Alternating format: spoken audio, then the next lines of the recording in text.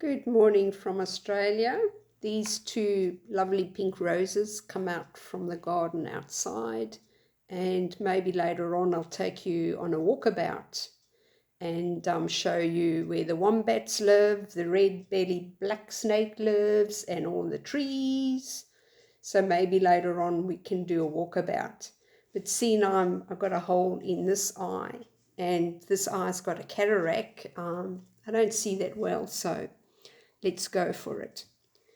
Today I'm going to talk about autobiographies, biographies, and a new one called Autohagiography, thanks to SueMe. Isn't she great?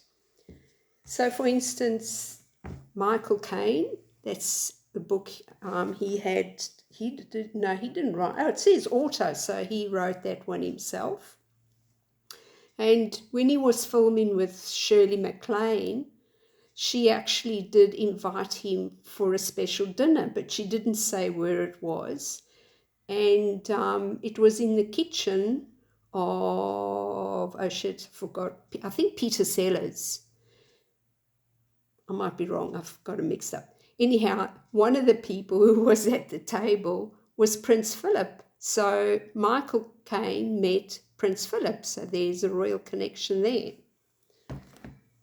This book was very interesting on Anthony Quinn. He obviously lived a lot of time in Italy where he painted. He talks about his life. He was really, really poor. His dad fought in the Mexican army. So when he was something like 3 weeks old, his mum went down to Mexico where his dad was fighting.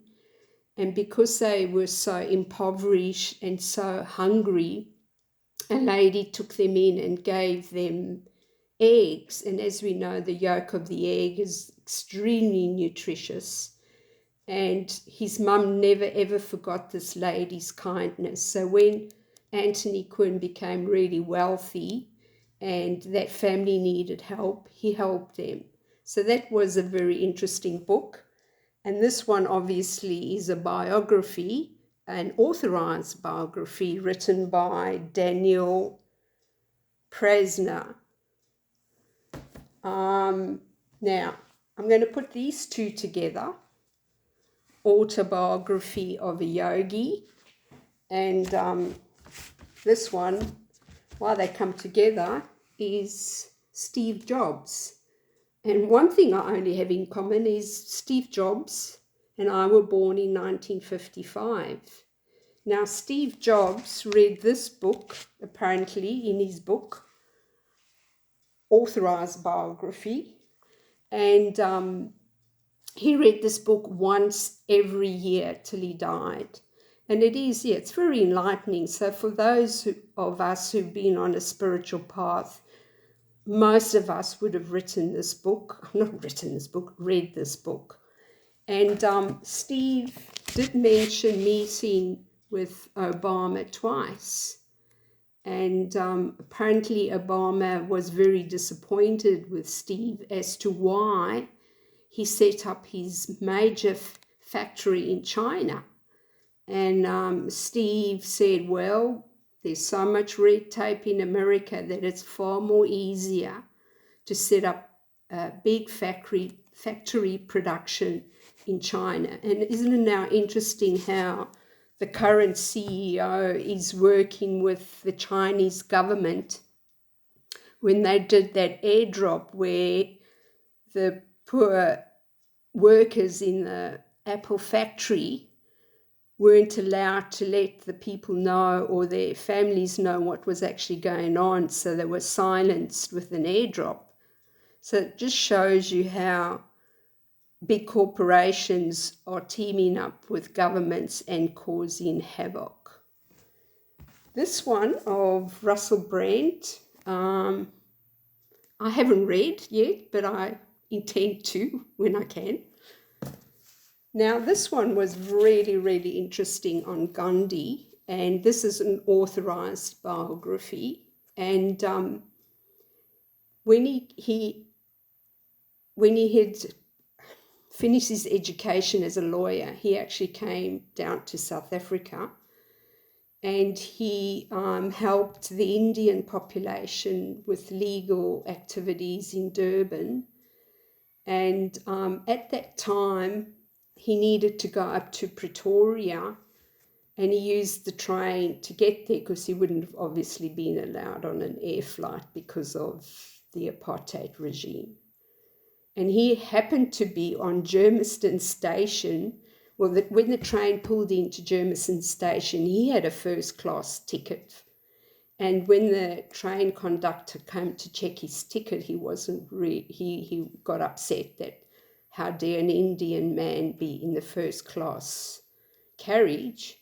And Gandhi was evicted from the train at the train station that I used to get on when I worked in Johannesburg, because I used to take a bus to Germiston Station and then get the train into Johannesburg. So isn't that interesting? There's a connection there.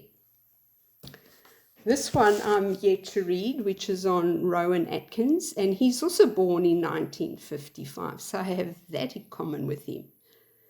So Harry, as we know, is going to put out his autobiography, but is he going to tell the truth? Because he keeps on saying he's going to tell the truth.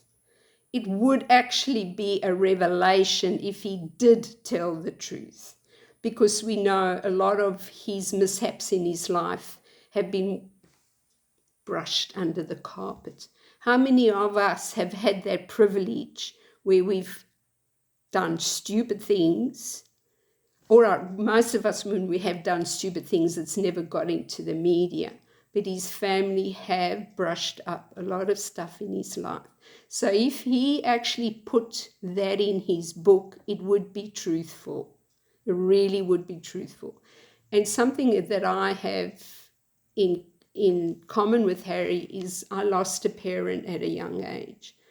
My dad was 48. He got bone cancer like the Queen, and he became really immobile. He couldn't walk around. And then in the early 60s, when he passed, there wasn't the technology, the knowledge, the medicine. He wasn't given morphine for pain. So my dad really, really suffered. And I know what it's like now to lose a parent at a young age. My mother had 7 children. I was number 7. We had no help, nobody to guide us, no psychiatrist to come and help and give us guidance. So, Harry, I know what it's like to lose a parent when you're young. The upheaval that it causes, your life totally changes. My mum was always at home. She had to go and work because she had 7 children to support.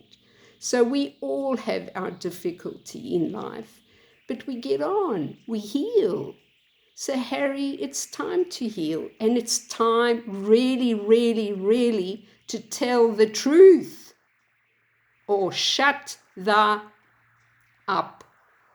And what you've done to your grandmother and your grandfather, really, you should be so ashamed of yourself. Really, Harry, if I was in the same room with you, I'd slap you in your face and tell you to wake up. Okay, going back to biographies. This book is written by Bryce Courtney, and he wrote The Power of One, which was just a great book to read. Now, this book is about the young lady who fell in love with his son, and it wasn't long after that Bryce's son and her met that his son had contracted AIDS through blood transfusion, and this young lady nursed his son through his illness, through AIDS. Before that was the early stages of AIDS, so there wasn't the medicine around that they can, because AIDS now we know people can live with AIDS and they tend to live a normal life taking the drugs that are available. So a lot of us do read, a lot of us read autobiographies, biographies, And thanks to SueMe, there's now Autohagiographies. And this one I still got to read, which is on Joan Collins. And this one is on Marla. So a lot of us do read biographies and autobiographies, and we know when we've been dealt up bullshit, because some do lie or cover up stuff about their lives. Thank you, SueMe, for your trouble and going on and recording and letting us know what's going on. Over and out from Australia. Cheers.